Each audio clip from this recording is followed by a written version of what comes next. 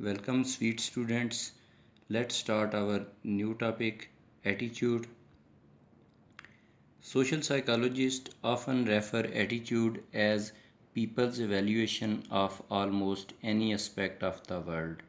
तो सिंपली जी हमें बताया जा रहा है कि according to social psychologist attitude या रवैया लोगों का एक एवेल्यूएशन का तरीका है दुनिया में होने वाले उनके अराउंड द वर्ल्ड मुख्तलिफ जो पहलू मुख्तलिफ वाक़यात रूनुमा आते हैं तो उनके मतलब उनकी एक एवेल्यूएशन का तरीका है जो उनका रवैया सेट करने में उन्हें मदद फराहम करता है। Next the second definition according to Murphy and Murphy attitude is primarily a way of being set toward or against certain things. तो सेकंड डेफिनेशन में जी उसने बताया है कि हमें ये एक ऐसा बुनियादी तरीका है जिसकी बुनियाद पर लोग किसी चीज़ के हक़ में या ख़िलाफ़ एक अपना माइंडसेट तश्कील देते हैं। थर्ड वन जी according to Baldwin attitude is a readiness for attention action of a definite pattern.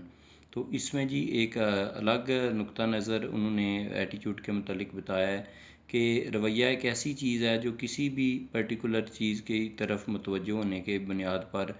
एक ऐसी तैयारी और आपकी दूसरे लफ्ज़ में कह रहे हैं मर्ज़ी या मंशा है जो आप किसी चीज़ की तरफ किसी एक्शन की तरफ किसी काम की तरफ मुतवज्जो होकर उसको समझने की कोशिश करते हैं पॉजिटिव नेगेटिव सेंस में। Attitudes can also be defined as mental state of readiness organized through experience influencing dynamically directly the individual's response to all objects and situations with which it is treated। तो इसमें जी बताया जा रहा है कि attitude एक ऐसी हालत है जो कि मुख्तलिफ़ तजर्बात की बुनियाद पर हमारे इन्फ्लुएंस करती है जो हम दूसरे लोगों से ट्रीट किए जाते हैं उनको ट्रीट करते हैं हम जिस तरह या उनसे ट्रीट किए जाते हैं। यानी बर्ताव का हमारा एक ऐसा सिलसिला है जो कि हमारे से मुंसलिक जो लोग हैं जिनसे हम तब्दीली आती रहती है उनसे हमारे तल्लुकात के में भी और हमारे रवैये में भी और उनसे मुंसलिक होने की बुनियाद पर हमारी डिफरेंट सिचुएशन में हम डिफरेंट तरह एक्ट करते हैं। नेक्स्ट जी कुछ कंपोनेंट्स हैं जो एटीट्यूड बेस करता है जिन पर सबसे पहले अफेक्टिव कंपोनेंट है फिर बिहेवियरल कंपोनेंट है और कॉग्निटिव कंपोनेंट। जैसे कि अफेक्टिव कंपोनेंट में उसने हमें बताया how the object person issue और इवेंट मेक्स यू फील। यानी जिस चीज़ से भी आप वाबस्ता आपका एटीट्यूड बनने जा रहा है तो उसका अफेक्टिव कंपोनेंट वो है कि वो चीज़ शख्स जगह इशू कोई भी है जो वो किस तरह की फीलिंग आप में डेवलप करता है। बिहेवियरल कंपोनेंट में फिर उसने सेकंड हमें बताया जी how the attitude influences your behaviour के हमारा जो ओवरऑल बर्ताव है जो कि ज़्यादातर कहा जाता है साइकोलॉजिकली कि हमारा एटीट्यूड या जो हमारा बिहेवियर तश्कील देता है और इसकी बुनियाद पर हमारा बिहेवियर सेट होता है। जिस तरह किसी के मतलब पॉजिटिव एटीट्यूड हमारा होगा तो ज़्यादातर चांसेस इंक्लिनेशन ये होगी कि हमारा बिहेवियर भी उसके साथ जो बर्ताव भी है उसके साथ पॉजिटिव ही होगा। थर्ड वन जी cognitive component your thoughts and belief about the subject. यानी जो एक आप कह सकते हैं कि ज़हनी नुक्ता नज़र से कॉग्निटिव कंपोनेंट है वो आपकी उस बंदे के मतलब मुख्तलिफ सोच विचार किस तरह की है और उसके मतलब आपकी कैसी आप राय रखते हैं ज़हनी तौर पर उसके एंटी हैं उसके हक़ में हैं उसके अपोजिंग व्यूज़ रखते हैं। तो ये सारी चीज़ें कॉग्निटिव कंपोनेंट में। आगे बढ़ते हैं जी। Types of attitude simply explicit implicit की फॉर्म में है कि कुछ ज़ाहरी कुछ पोशीदा। For example consciously accessible attitude that are controllable and easy to report. यानी कि जो हमारे कॉन्शियस लेवल पर मौजूद हैं ज़ाहरी तौर पर सामने नज़र आ रहे हैं और ऑब्वियस हैं जनाब उनमें कोई एम्बिग्विटी नहीं है और इवन उन्हें कंट्रोल भी किया जा सकता है पहचाना भी जा सकता है और आप इजीली आइडेंटिफाई कर सकते हैं। सेकंड इम्प्लिसिट नाम से ज़ाहिर है जी इसमें ज़रा पोशीदगी और आप कह सकते हैं कि ज़रा थोड़ा सा इसमें वो सिक्रेसी लेवल पाया जाता है जनाब जो कि किस बुनियाद पर होता है जी unconscious association between objects and evaluative responses कि जो हमारे अनकॉन्शियस का लाशऊर का मुख्तलिफ़ चीज़ों के साथ कनेक्शन होता है और उनकी बुनियाद पर मुख्तलिफ़ वाक़यात मुख्तलिफ़ चीज़ें रूनुमा हो रही होती हैं जनाब और हमारा एटीट्यूड उससे अफेक्ट हो रहा होता है। ये हमारा इम्प्लिसिट पोर्शन है। आगे जी करैक्टरिस्टिक इनके और कुछ प्रॉपर्टीज़ देखते हैं। First of all attitude Attitudes always imply a subject-object relationship. They are associated with ideas, ways, and external objects. It's always related to definite stimulus situations. तो इसमें उसने जी हमें बताया कि ये एक फ़ाइल और मफ़ूल की फॉर्म में रिलेशनशिप होता है, यानी कि एक एक्शन और आप कह सकते हैं जिस पर एक्शन वो किया जा रहा होता है, इसमें वो दो पार्टीज़ इन्वॉल्व होती हैं जनाब ना। और वो आइडियाज़ के लिहाज से, सोच के लिहाज से, या वो ऑब्जेक्ट रिलेशनशिप के लिहाज से एक दूसरे से मुंसलिक होती हैं, जो हमारे आउटर वर्ल्ड में किसी भी स्टिमुलस की फॉर्म में मौजूद होती हैं। सेकंड है जी, attitudes in relation to objects, persons and values may or may not have motivational appeal initially, यानी इब्तदाई तौर पर लाजमी नहीं है कि वो चीज़ें जिससे आप वो बसते हैं या जिनसे आप मुंसलिक हो रहे हैं कि वो आपको मेरे को मोटिवेशनल जनाब वेव पैदा करें। ये इनिशियल प्रोसेस बता रहा है, लेकिन आगे वो बताएगा कि किस तरह ये फिर मोल्ड होता है सिलसिला। Gradually individuals through social interaction develop either positive negative attitudes which develop upon their experience and need. तो बताया जा रहा है कि जी लेटर ऑन जब किसी शख्स से, किसी चीज़ से, किसी कंसेप्ट से या ओवरऑल किसी ऑब्जेक्ट से आप वाबस्ता होते हैं, तो वो इंटरेक्शन, वो तारफ़, वो जनाब एक्सचेंज, उस म्यूचुअल रिलेशनशिप के बाद आप उसके मतलब मुस्बत या मनफी राय डेवलप कर पाते हैं, यानी अपने तजर्बाती सेंस की बुनियाद पर कि आपका तजर्बा उसके साथ कैसा रहा। Third one ji, attitude give direction to one's behavior and actions. Because of particular positive attitude the organism either approaches it, or because of a negative attitude avoids it। तो इसमें आप कह सकते हैं कि जिस तरह की आपकी राय, जिस तरह का आपका तजर्बा किसी शख्स के साथ रहा और आपका बर्ताव है जो ओवरऑल उस एक्शन की बेस पर उसे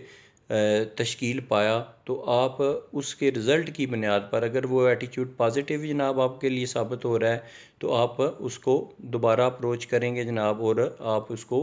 एक अच्छी डोमेन में एक अच्छी लिस्टिंग उसके मतलब एक अच्छा फ़ीडबैक और एक अच्छी राय उसके मतलब कायम करेंगे। और अगर वाइस वर्सा है कि आपका एक्सपीरियंस बेहतर उसके साथ नहीं रहा, तो फिर डेफिनेटली है जो आप एक नेगेटिव उसके मतलब अपना रवैया रखते हुए ट्राई करेंगे कि उसको अवॉइड किया जाए, और बार बार रीअकरिंग उसके साथ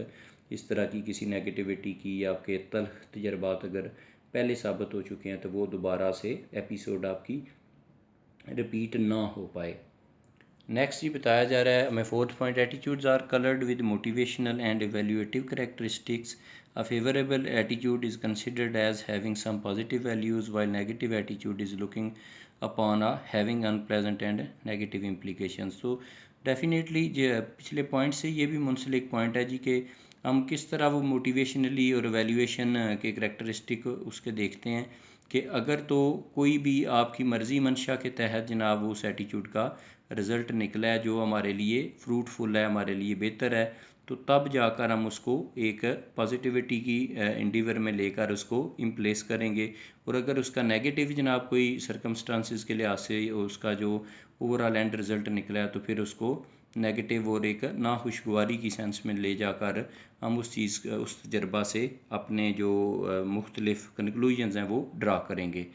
attitudes are not innate but learned, इसमें बताया जा रहा है कि नर्चर से ये ज़्यादा मुंसलिक हैं। ग्रूमिंग का जो सोशलाइजेशन का, तरबियत का हमारा लेटर ऑन आफ्टर जो बर्थ प्रोसेस है उसके साथ इसकी वाबस्तगी ज़्यादा है। एक्वायर्ड एंड कंडीशनड, सीखा जाता है जनाब, और इसकी कंडीशनिंग होती है। They grow in the society in the minds of the man through various modes of training, जो अभी हमने बात की कि ये तरबियत के अमल के दौरान सोसाइटी के मुख्तलिफ फेजेज़ में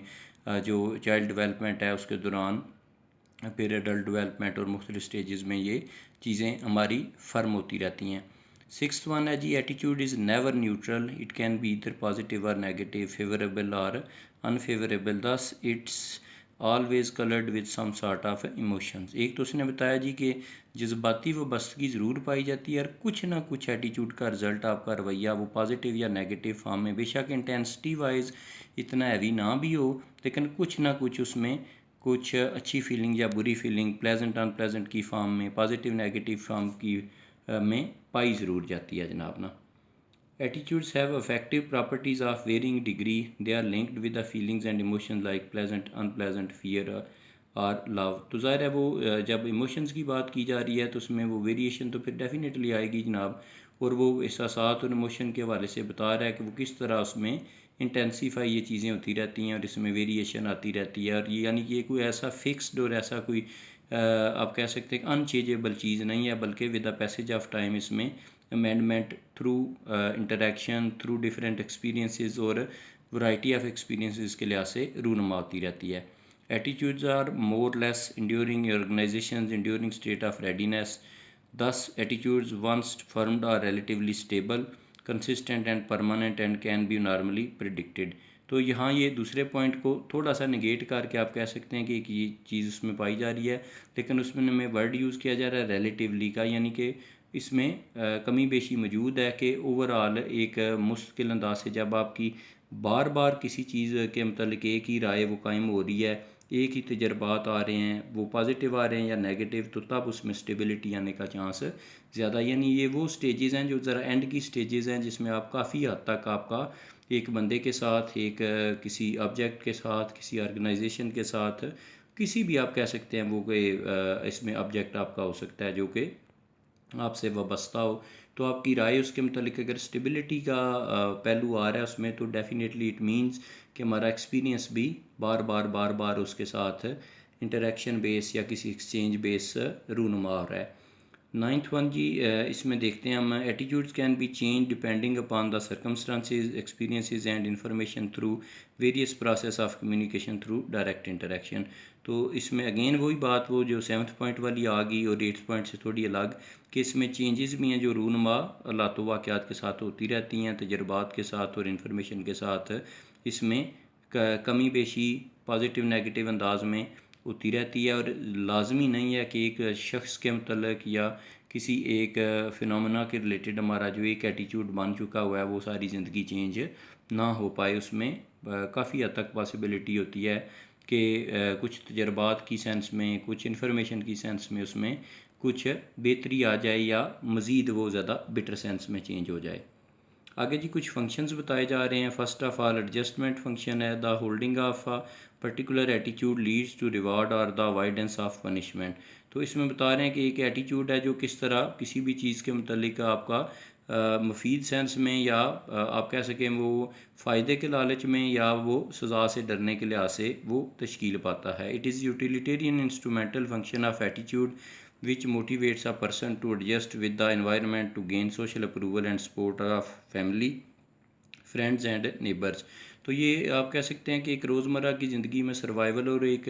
ज़रूरत के तौर पर डेवलप होता है कि जिसकी बुनियाद पर आप अपना एटीट्यूड तश्कील देते हैं कि अपने फ्रेंड्स के सर्कल में, अपनी फैमिली, अपने ख़ानदान और अपने नेबरहुड हमसायगी में एक सोशल सपोर्ट, एक अफेक्शन का सिलसिला और एक बेहतरीन रेपो बिल्डिंग के लिए आप अपना एटीट्यूड यूज़ करना मुनासिब समझते हैं। सेकंड वन जी, value expression functions. On the basis of identification with parents and other relatives, the child develops certain personal values and self concepts। तो ये हम इससे पहले भी पढ़ चुके हैं जी, लुकिंग ग्लास सेल्फ में भी और सोशलाइजेशन वाले भी अपने टॉपिक में, कि किस तरह हम अपने से वाबस्ता लोग जो सिग्निफिकेंट अदर्स हैं, जो हमारे लिए इंपॉर्टेंस रखते हैं, नियर वंस हैं, तो उनके साथ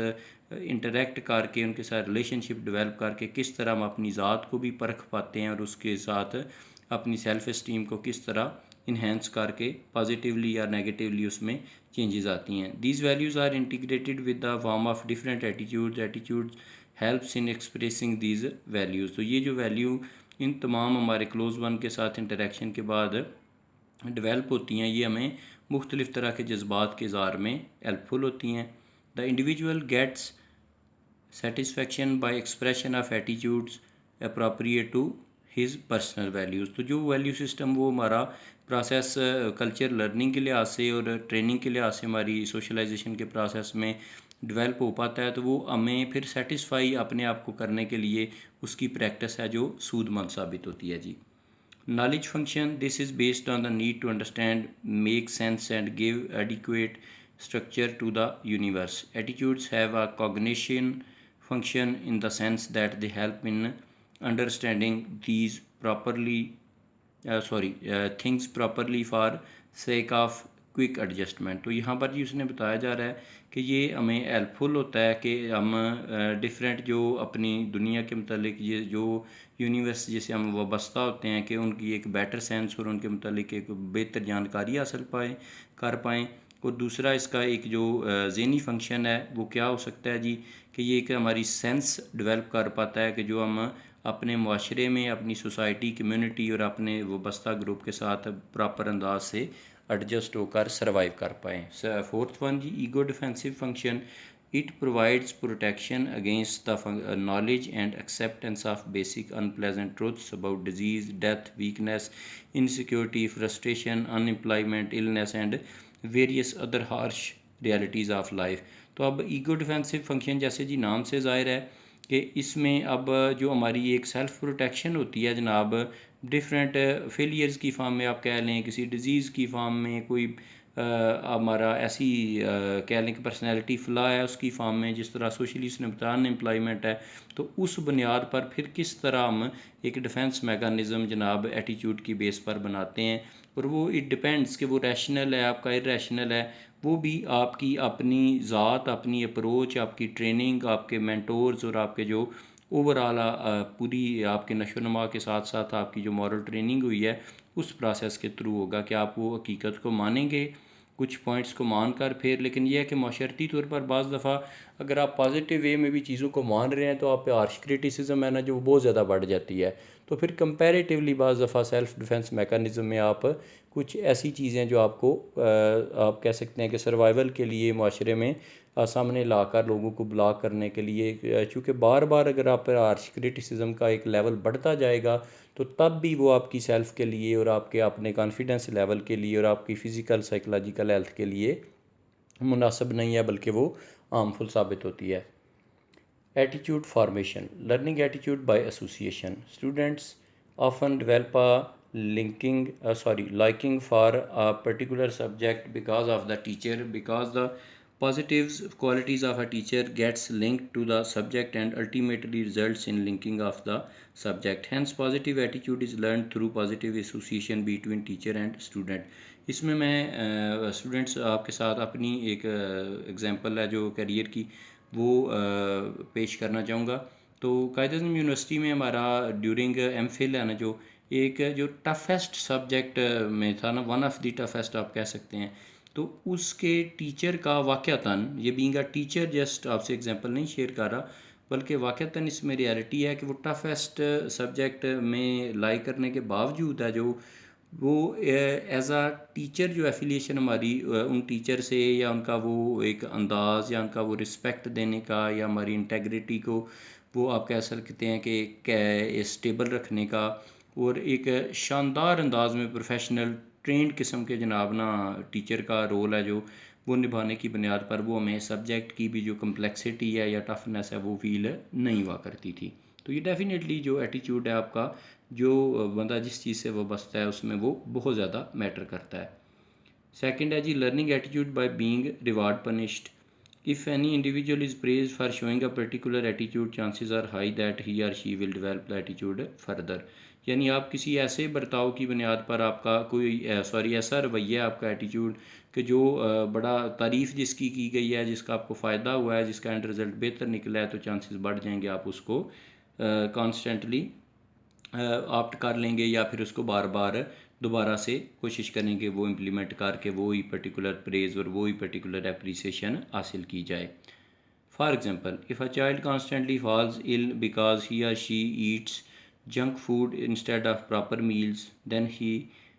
the child is likely to develop negative attitude toward junk food and positive attitude toward eating healthy food। कि एक बच्चे का वो कहा जा रहा है कि जंक फूड खाने की सेंस में अगर जब देखते हैं कि वो बच्चे अक्सर वो एंड रिज़ल्ट उसका कुछ स्टमक डिसऑर्डर, कोई शदीद इस तरह का आप कह सकते हैं कि अब्जॉर्प्शन के अमल में जो प्रॉब्लम आना, इंड्रेंस या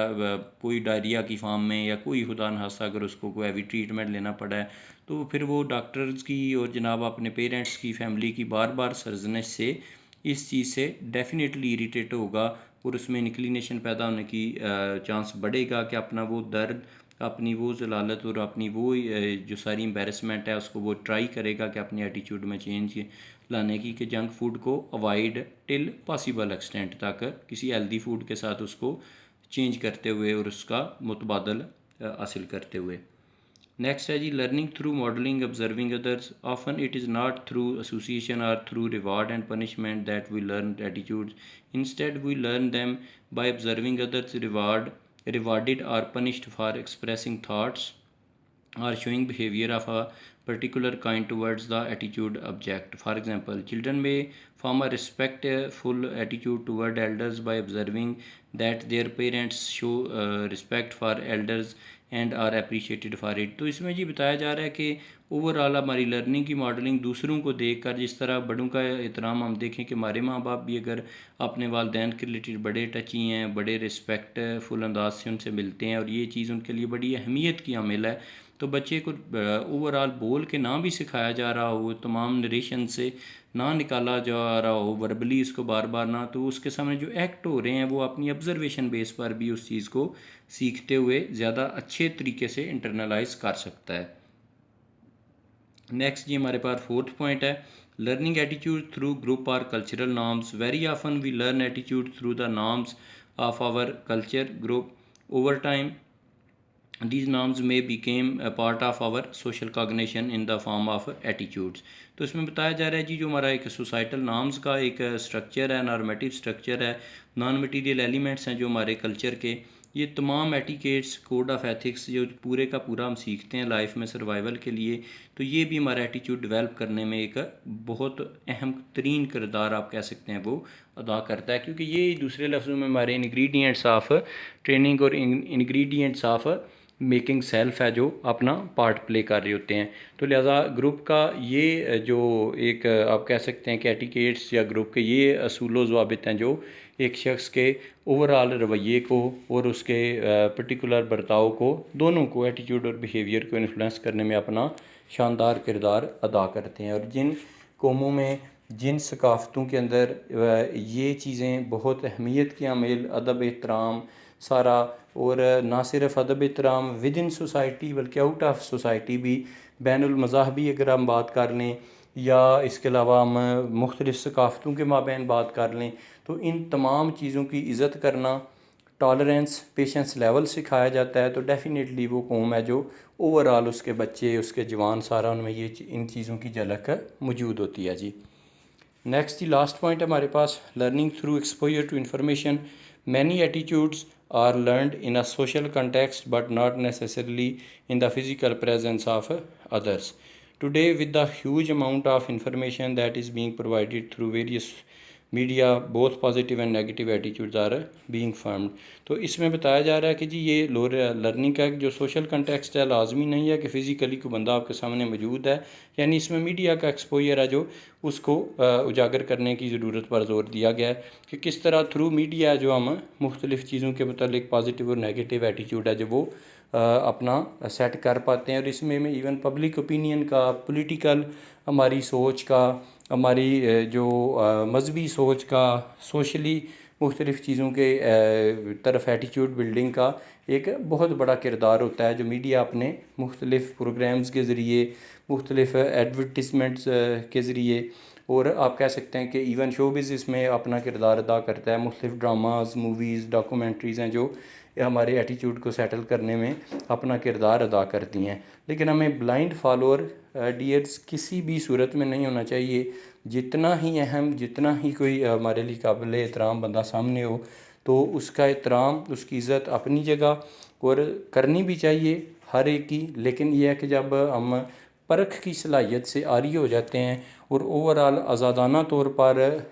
कोई फ़ैसला नहीं कर पाते और मुख्तलिफ़ चीज़ों में से हमें कुछ चीज़ चूज़ करनी पड़ती है, तो उसमें वो हमारा अपनी एनालिटिकल पावर है जो उस हमारे लिए सूदमंद साबित होती है कंपैरेटिवली ब्लाइंड फॉलोअर होने की बजाय, या हम अंधी तकलीद किसी रिश्ते बेस, किसी सेक्ट बेस, किसी मज़हब बेस, किसी कौमियत बेस जब चीज़ों पर करना स्टार्ट कर लेते हैं, तो आप ये कह सकते हैं कि एक ग्लोबल लेवल की मैच्योर पर्सनैलिटी या वो एथिकल कंसिड्रेशन में कि जो कि नफ़रतों को मिटा कर और एक अच्छी सर्वाइवल बेस्ड एक सोशल आर्डर और सोशल हारमनी जनरेट करने वाली जो एक शख्सियत है और वो जो एटीट्यूड है वो हमारा डेवलप नहीं हो पाता। तो लिहाजा में वो think out of the box करते हुए और अपनी सोच को ज़रा ब्रॉड करते हुए, और जो आप कह सकते हैं कि कंक्लूडिंग अथॉरिटी है ना वो अपने आप को देनी चाहिए, और वो डिफरेंट रिसर्चेस के बाद और डिफरेंट परख की सलाहियत अपनी उजागर करते हुए और उसको एक्टिव करते हुए चीज़ों को पॉजिटिव और नेगेटिव सेंस में समझते हुए एक खास एटीट्यूड है जो वो आप्ट करना चाहिए। दैट्स इट जी। Thank you so much for your kind attention.